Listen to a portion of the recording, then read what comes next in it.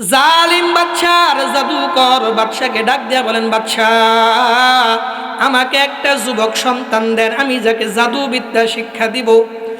আমাকে এমন একটা সন্তান দেন। একটা সন্তান নিয়ে আসা হলো। এই সন্তানটার নাম হলো আব্দুল্লাহ ইবনে তামের। নাম কি বলেন? আব্দুল্লাহ ইবনে তামেরকে নিয়ে আসা হলো, তাকে জাদু বিদ্যা শিখায়।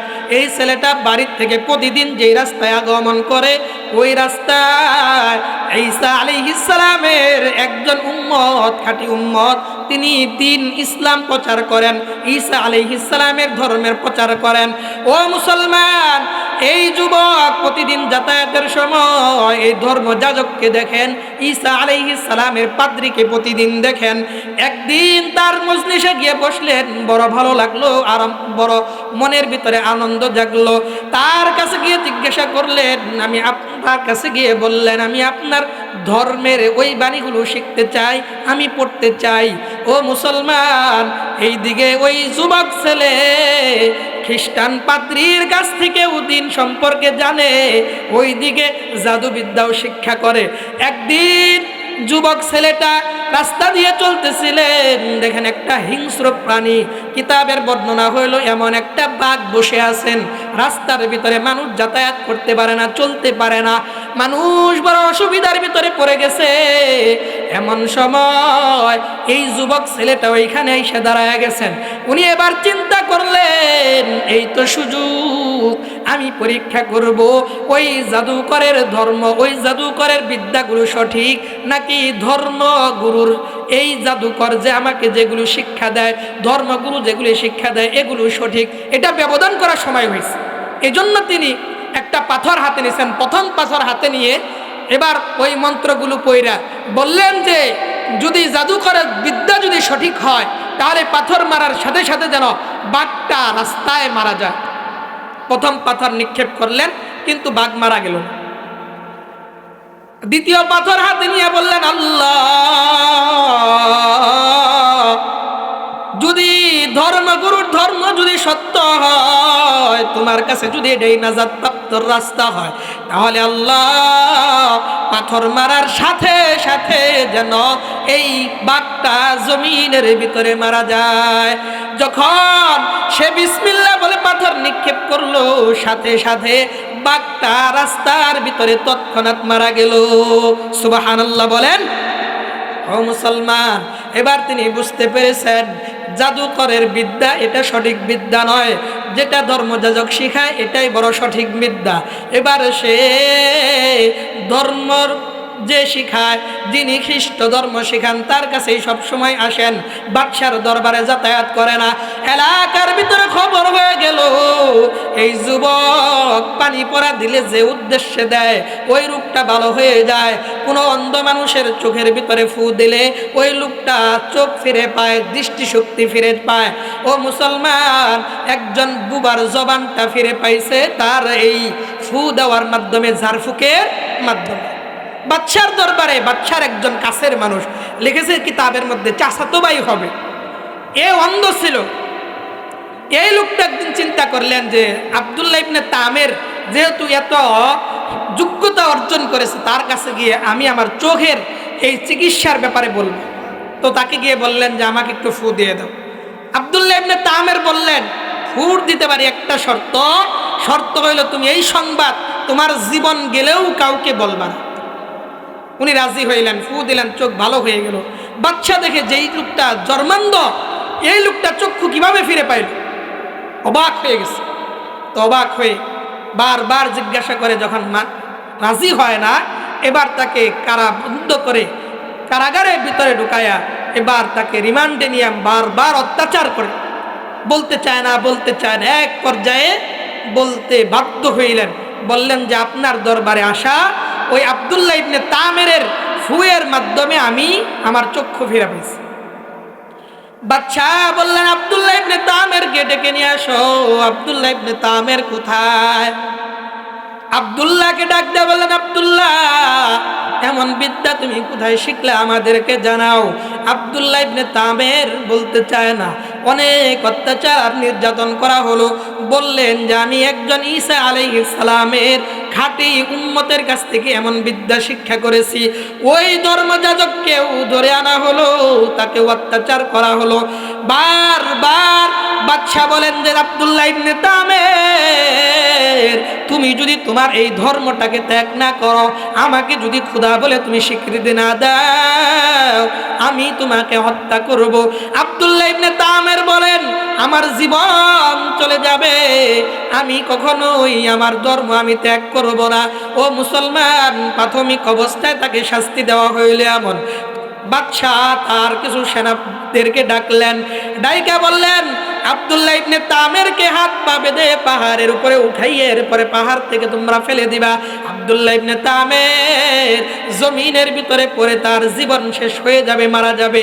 এভাবে যখন তাদেরকে হুকুম দেওয়া হলো, আব্দুল্লাহ ইবনে তামেরকে পাহাড়ের উপরে উঠাইয়া হাত পা বেঁধে যখন ফেলে দিবে, এমন সময় আব্দুল্লাহ ইবনে তামের আসমানের দিকে তাকাইয়া আল্লাহকে ডাক দেয়া বলেন, আল্লাহ, ও আসমানের মালিক, তুমি আমাকে সাহায্য করবা, তুমি আমাকে হেফাজত করবা। ও আসমানের মালিক, এমন বিপদ থেকে তুমি আমাকে হেফাজত করো। আল্লাহ পাক রব্বুল আলামিন ভূমিকম্প দিলেন। যারা মারতে গিয়েছিল সবাই এই ভূমিকম্পের ভিতরে পড়ে সবাই মারা গেল। আব্দুল্লাহ ইবনে তামের হেঁটে হেঁটে বাদশার দরবারে চলে আসছে। সুবহানাল্লাহ বলেন।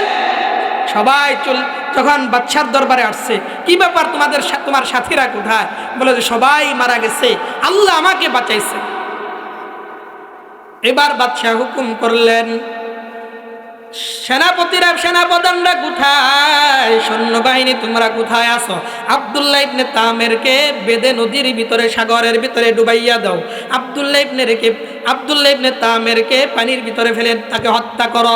ও মুসলমান, তাই করা হলো। আল্লাহ পাক রব্বুল আলামিন আব্দুল্লাহ ইবনে তামেরকে ওই অবস্থায় আল্লাহ তাআলা সাহায্য করলেন।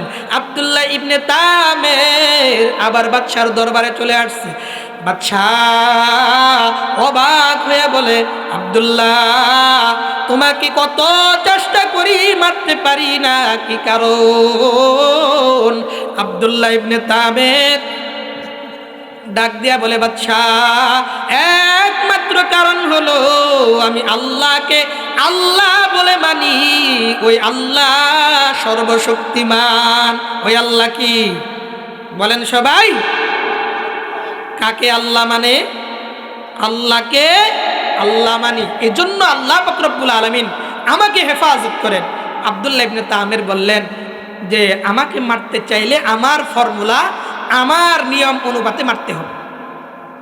তো আব্দুল্লাহ ইবনে তামের বললেন যে আমার নিয়ম অনুপাতে মারো। বাদশা বললে কি নিয়ম? নিয়মটা হইল তুমি ঘোষণা করে দাও অমুক দিন এই আব্দুল্লাহ ইবনে তামেরকে হত্যা করা হবে, সমস্ত মানুষ জমায়েত হবে, তখন জল্লাদ আসবে, ওই জল্লাদকে বলবা একটা তীর নিক্ষেপ করতে বলবা। হাদিসে এসেছে এমন, ওই তীর নিক্ষেপ করার সময় জল্লাদ যেন বলে বিসমিল্লাহি রব্বিল গুলাম, বিসমিল্লাহি রব্বিল গুলাম, এই গুলামের রবের নামে তীর নিক্ষেপ করলাম। এই কথা বলে যদি তীর নিক্ষেপ করে তাহলে আমি আব্দুল্লাহ মারা যাব। বাদশাহ এলাকার ভিতরে ঘোষণা করে দিলেন। সবাই তো অবাক হয়ে গেছে যে এই যুবককে কোনোভাবেই হত্যা করতে চায় না, এই যুবকটা স্বেচ্ছায় জীবন দিতে চায়, এ তো সাধারণ কোনো যুবক হবে না। এজন্য সবাই চলে আসছে ওই নির্ধারিত দিন, নির্ধারিত সময়ে। বাদশাহ জল্লাদকে বললেন, আব্দুল্লাহ যে দোয়াটা তোমাকে শিখাইয়া দেয়, ওই দোয়া পড়ে তুমি ওই তীর নিক্ষেপ করে আব্দুল্লাহকে হত্যা করো। ও মুসলমান, আব্দুল্লাহকে যখন ওই দোয়াটা পরে তীর নিক্ষেপ করা হলো, কানের এক পাশে যায় লাগলো। আব্দুল্লাহ ইবনে তামের দুনিয়ার থেকে বিদায় হয়ে গেল। দুনিয়ার থেকে যখন আব্দুল্লাহ চলে যায়, সবাই ওই জায়গায় উপস্থিত ছিল। যারা যারা ছিল তারা চিন্তা করে যে যুবক সন্তান স্বেচ্ছায় জীবন দেয়, এই সন্তান তো সাধারণ কোনো সন্তান হবে না। কার মায়ায়, কার ভালোবাসায় জীবন দিল? তখন সবাই একসাথে বলে উঠল, লা ইলাহা ইল্লাল্লাহ। বলেন, লা ইলাহা আল্লাহ। এভাবে তারা সবাই কালেমা পড়ে মুসলমান হয়ে গেল। বাদশা তো বিপাকে পড়ে গেলেন, একজন আব্দুল্লাহকে মারলাম, এখন দেখি লক্ষ লক্ষ আব্দুল্লাহ দাঁড়ায় গেছে। আমরা দেখতেছি না বর্তমান এক হাদিকে হত্যা করছে, এখন ঘরে ঘরে হাদি জন্মিছে, কি বলেন? স্লোগান হয় নাই, এক হাদিকে মারবা লক্ষ লক্ষ হাদি আজকে বাড়ি বাড়ি থেকে তৈরি হবে, কয়জনকে তোমরা মারবা? হাদি যে আদর্শ নিয়ে জীবন দিল, ওই আদর্শের জন্য আমরা যুবকরাও জীবন দিতে রাজি। কথা বলেন, দিবেন তো নাকি? দেশ রক্ষায়, দশের স্বার্থে জীবন দিবেন না ইনশাআল্লাহ? ইনশাআল্লাহ। যাই হোক, মুসলমান আব্দুল্লাহ ইবনে তামেরকে হত্যা করার পরে বাদশা এবার চিন্তা করলেন, এতগুলা মানুষকে কিভাবে আমি হত্যা করব। এজন্য মুড়ে মুড়ে মুড়ে মুড়ে উনি অগ্নিকুণ্ড সাজাইলেন। রাসূল হাদিসের মধ্যে বলেন, মুসলিম শরীফের ৭,১০১ নম্বর হাদিসের বর্ণনা, রাসূল বলেন সবাইকে যখন সিরিয়াল মতে হত্যা করতেছিলেন, এমন সময় একজন মহিলা 2 জন বাচ্চা নিয়ে ওই জায়গায় আসছেন, একটু ইতস্ততা করতেছিলেন আগুনে ঝাঁপ দিব কিনা, আল্লাহর প্রতি ঈমান আয় না, আগুনে ঝাঁপ দিব কিনা। এই সময়ে দুধের বাচ্চা বলে উঠলেন, মা চিন্তার কোনো কারণ নাই, এই আগুন তো ওই আগুন যে আগুনটা ইব্রাহিম আলাইহিস সালামের জন্য প্রজ্বলন করা হয়েছিল। ইব্রাহিম আলাইহিস সালামের জন্য যেমন আগুনটাকে আল্লাহ ফুলের বাগিচা বানায় দিয়েছিলেন, তুমিও ঝাঁপ দাও, আমাদেরকে নিয়েও ঝাঁপ দাও, আল্লাহ আমাদের জন্য এই আগুনটাকেও ফুলের বাগান বানায় দিবেন। সুবহানাল্লাহ। এবার মা আর সন্তানেরা আগুনের ভিতরে ঝাঁপ দিলেন। তাহলে বলেন, এই যে পরীক্ষা, এই পরীক্ষা কি কারণে? বলেন একটু, কি কারণে? ইন্নাল্লাযীনা ক্বালু রাব্বুনাল্লাহ সুম্মা ইসতাকামু ফালা খাউফুন আলাইহিম ওয়ালা হুম ইয়াহজানুন। আল্লাহ বলেন, যারা আমি আল্লাহকে আল্লাহ বলে মানবে, কি করবে? একটু জোরে কন, আপনারা আরেকটু জোরে কন না। আল্লাহকে আল্লাহ বলে মানবে। আমার আল্লাহ পাক রব্বুল আলামিন বলে, বান্দা তুমি কি ধারণা করো আমি আল্লাহ পরীক্ষা নিব না? আমি আল্লাহ তোমার প্রতিটা পদে পদে প্রতিটা মুহূর্তে আমি আল্লাহ পরীক্ষা নিব। পরীক্ষায় যদি পাশ করো, তোমার উপরে বিপদ আসবে, বিপদ আসবে, বিপদ আসবে, আমি বিপদ দিয়ে পরীক্ষা করব। ওয়ালা নাবলুওয়ান্নাকুম বিশাইইম মিনাল খাউফি ওয়াল জুই ওয়া নাকসিম মিনাল আমওয়ালি ওয়াল আনফুসি ওয়াস সামারাত। আল্লাহ বলেন, আমি আল্লাহ ইমানদারদেরকে আল্লাহকে আল্লাহ বলে ডাক দিয়ে নেওয়ালাদেরকে আমি আল্লাহ কখনো ক্ষুধা দিয়ে পরীক্ষা করব, কখনো আমি আল্লাহ রিজিক বাড়ায়া দিয়ে পরীক্ষা করব, কখনো আমি আল্লাহ পাক রব্বুল আলামিন সন্তান দিয়ে পরীক্ষা করব, কখনো আমি আল্লাহ সন্তান নিয়ে পরীক্ষা করব। তাহলে কে পরীক্ষা করবেন বলেন?